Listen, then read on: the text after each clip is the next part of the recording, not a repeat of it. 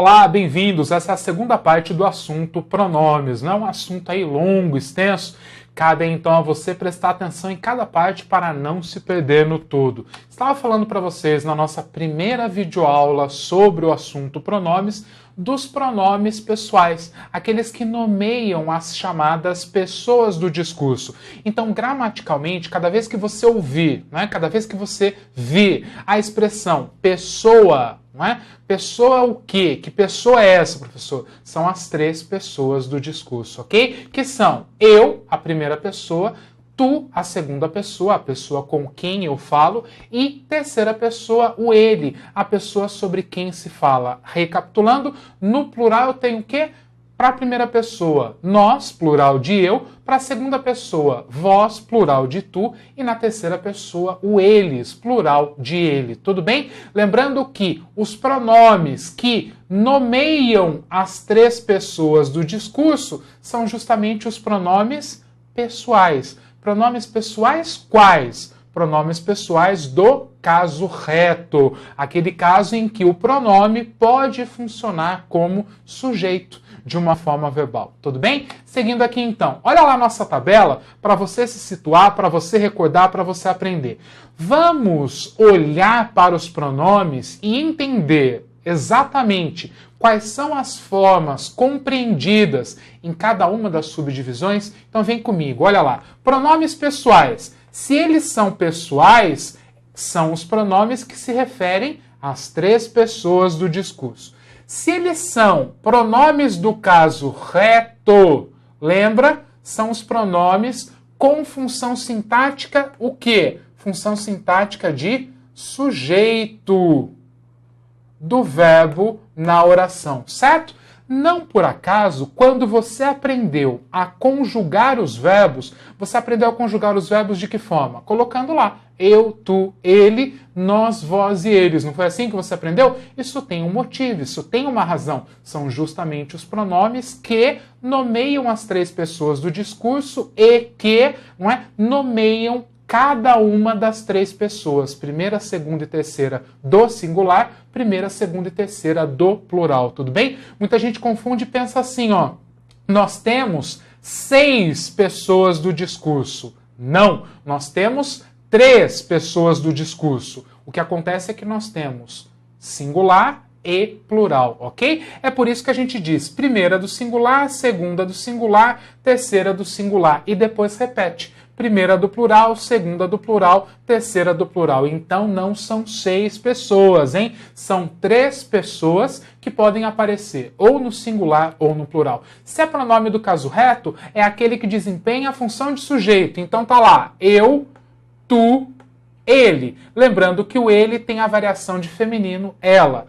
Nós, no plural, vós, eles e elas. Todos estes pronomes que funcionam sintaticamente como sujeito do verbo. Pois bem, tem os pronomes do caso reto, mas depois eu tenho os pronomes do caso oblíquo. E o caso oblíquo, você se lembra? São aqueles pronomes que têm a função de complemento verbal.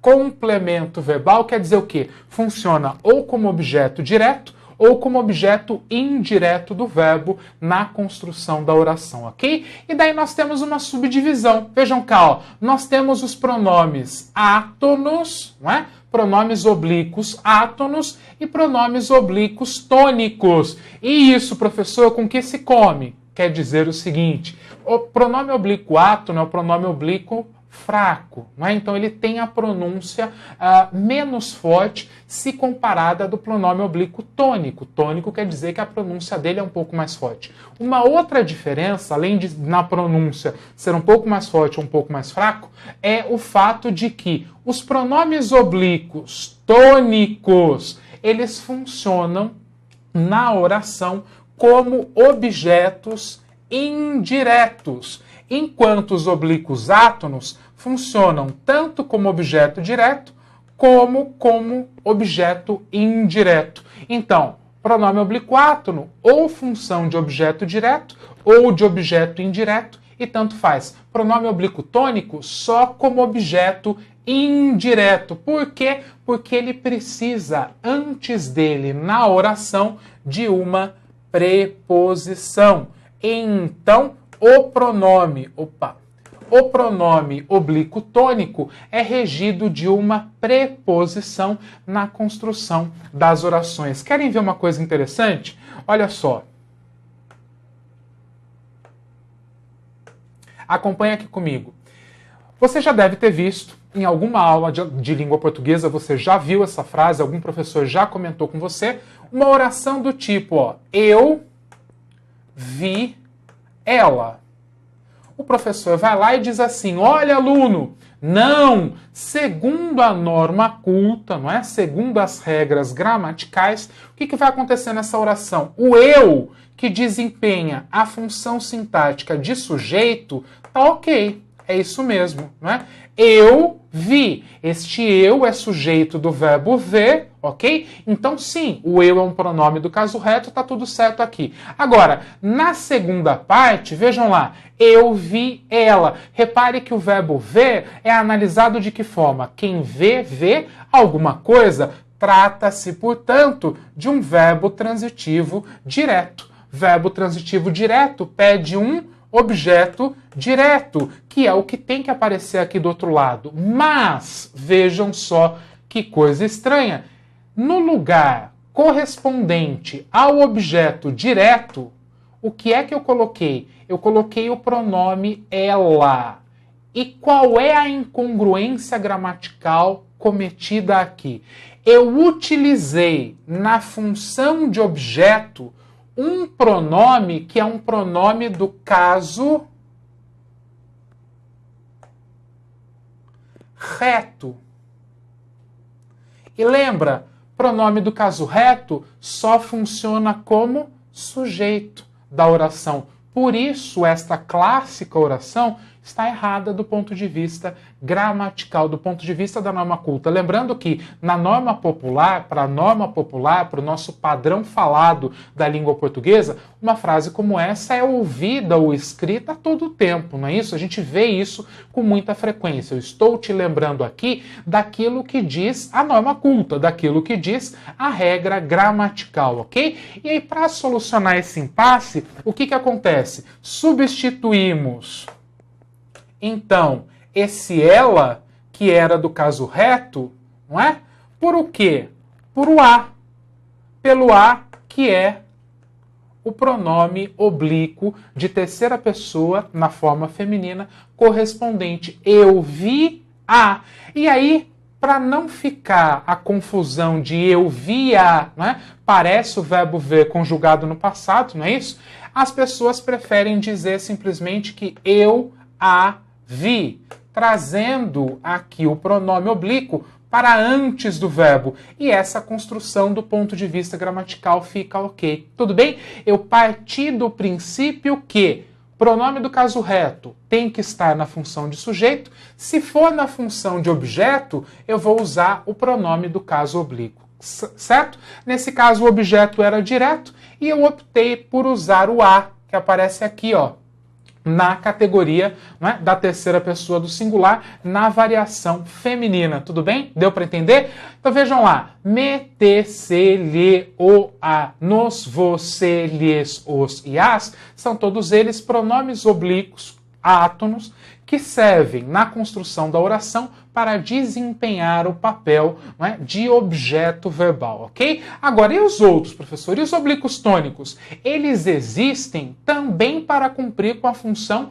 de objeto verbal. A diferença é que eles são regidos de preposição. E daí nós temos mim, ti, si, opa, opa, opa. Olha isso aqui junto comigo. Ele e ela. Uai, professor, que estranho. Você acabou de falar para mim, ó, não pode o ele e o ela como objeto e agora eles estão aparecendo aqui. Então tem algum engano aí nessa história, não tem? Não, não tem, eu já vou te explicar, eu já vou te dizer quem são o ele e o ela que aparecem aqui. Repare que quanto à forma e quanto ao som, eles são idênticos aos pronomes retos ele e ela, ok? Mesma forma, mesmo som, homônimos perfeitos, certo? Mas o ele e o ela que aparecem aqui são pronomes oblíquos tônicos, então não confunda, ok? Eles só são iguais na forma, na pronúncia, na escrita, enfim, homônimos perfeitos, mas tem outra função, ok? Eles servem como objeto, sim, porém, olha lá a condição que eu mostrei para você, quando forem regidos de preposição. Voltando lá para aquela minha frase, eu a vi, não é? Eu a vi. Por que eu não poderia deixar eu vi ela? Porque o verbo ver é verbo transitivo direto. E o verbo transitivo direto pede o quê? Um objeto sem preposição. Para que o ela, pronome oblíquo tônico, apareça na oração, ele deve ser regido de preposição. E de fato, ó, numa nova frase como esta, entreguei a carta para a ponto, você estranharia. Entreguei a carta para a... Como assim, professor? Para a, isso aí está incorreto, isso aí está errado. Entreguei a carta para a. O a é pronome oblíquo átono, ok? Com função de objeto. Mas nesse caso, não vai dar certo. Ele não supre a necessidade do verbo. Para que a oração fique com sentido, eu vou dizer que entreguei a carta para a... Não. Entreguei a carta para ela. E agora, eu posso fazer isso aqui? Eu posso escrever isso aqui? Posso e devo. Para ela, veja quem apareceu aqui, a preposição. Regido de preposição, quer dizer, introduzido por uma preposição, eu posso usar o ele, eu posso usar o ela, que não são os do caso reto. São os pronomes oblíquos tônicos, homônimos, não é? Dos pronomes do caso reto. Tudo bem? Entendida a diferença? Então vejam lá, nós temos também o nós, mesma coisa, homônimo do pronome do caso reto, mas para aquelas situações em que cumpre a função de objeto e em que é regido de preposição, ok? Vós, que é igualzinho também do caso reto, se, eles e elas. Então, cuidado, há formas homônimas entre os oblíquos tônicos dos pronomes do caso reto, mas só são empregadas na função de objeto indireto, que é justamente quando o objeto é regido, é introduzido por uma preposição. Tudo bem? Dando continuidade aqui, então, vejam lá. Olha o que acontece nessa charge. A família dos cubos mágicos conversa e o pai diz assim: filho, teu problema é que você é um cara muito mal resolvido. Veja lá o que ele diz. Filho, teu problema é que você é um cara muito mal resolvido. E aí acontece aqui um fenômeno muito interessante, que é o seguinte, né? Teu problema é que você é um cara muito mal resolvido. Há um desencontro entre os pronomes, porque o teu, que aparece aqui, é um pronome o quê? É um pronome da segunda pessoa. Quem é a segunda pessoa? É a pessoa com quem se fala. Já o você é um pronome da terceira pessoa. Muito embora ele sirva para cobrir o papel do tu, a pessoa com quem eu falo na língua falada normalmente é tratada por você e já não mais pelo tu. Algumas regiões ainda preferem o tu, mas no uso geral a gente observa a forma você ocupando o lugar da segunda pessoa, da pessoa com quem se fala. O que acontece aqui? Um desencontro entre as referências, já que o teu é pronome da segunda pessoa e o você é pronome da terceira. Não é? O que eu precisaria fazer aqui então para que essa oração ficasse bem formulada? Filho, teu problema é que tu és, então poderia corrigir dessa forma, tu és um cara muito mal resolvido. Ou então, trocasse aqui o teu por um pronome de terceira pessoa. Filho, seu problema é que você é um cara muito mal resolvido. E aí eu ficaria com uma oração bem construída. Então preste atenção que as provas têm cobrado muito isso. O conhecimento, né, que você tem a respeito das referências pessoais, para ver se tudo ali dentro da oração diz respeito, aponta para as mesmas pessoas, ok? Nós ainda temos como parte dos pronomes do caso reto as formas, o pronome do caso reto, no caso, os pronomes oblíquos, tá? Reto não, oblíquo, não é, dentro da categoria dos pronomes pessoais, ok? Então vejam lá, o comigo, o contigo, conosco, convosco e consigo. Por que que eu não acrescentei lá na tabela na parte dos pronomes pessoais do caso oblíquo? Porque eles se tratam de contrações. Eles resultam da combinação da preposição com, não é? Com os pronomes oblíquos correspondentes. Por isso que eu deixei de fora daquela minha tabela, ok? Mas comigo, contigo, conosco, convosco e consigo estão ali dentro do pacote dos pronomes pessoais, dentro da categoria dos pronomes oblíquos, ok? Bom, nós ainda temos dentro desse pacote as chamadas formas de tratamento ou pronomes de tratamento, não é? Que também são importantes, por quê? Porque eles mostram, porque eles marcam para mim uma forma respeitosa de lidar com o meu interlocutor. Então, os pronomes de tratamento fazem parte da categoria, da panela dos pronomes pessoais, ok? E eles denotam e eles revelam o tratamento cerimonioso. São aqueles pronomes que têm uma referência específica e que não são usados com tanta frequência. Por quê? Eles são usados em situações mais formais em que uma determinada hierarquia fica ali muito presente, não é? E explícita através do uso das formas de tratamento. Quando eu penso em pronomes de tratamento, basicamente, o que é que eu tenho que saber? Eu tenho que saber qual é a forma, qual é o pronome de tratamento, qual é a forma como abreviamos o pronome de tratamento e, por fim, quem é a referência, quem é a pessoa para a qual eu posso me dirigir por meio daquele pronome de tratamento. Então, só para você sentir, vejam lá, esse vossa que aparece aqui em todos eles não indica, isso é importante você saber,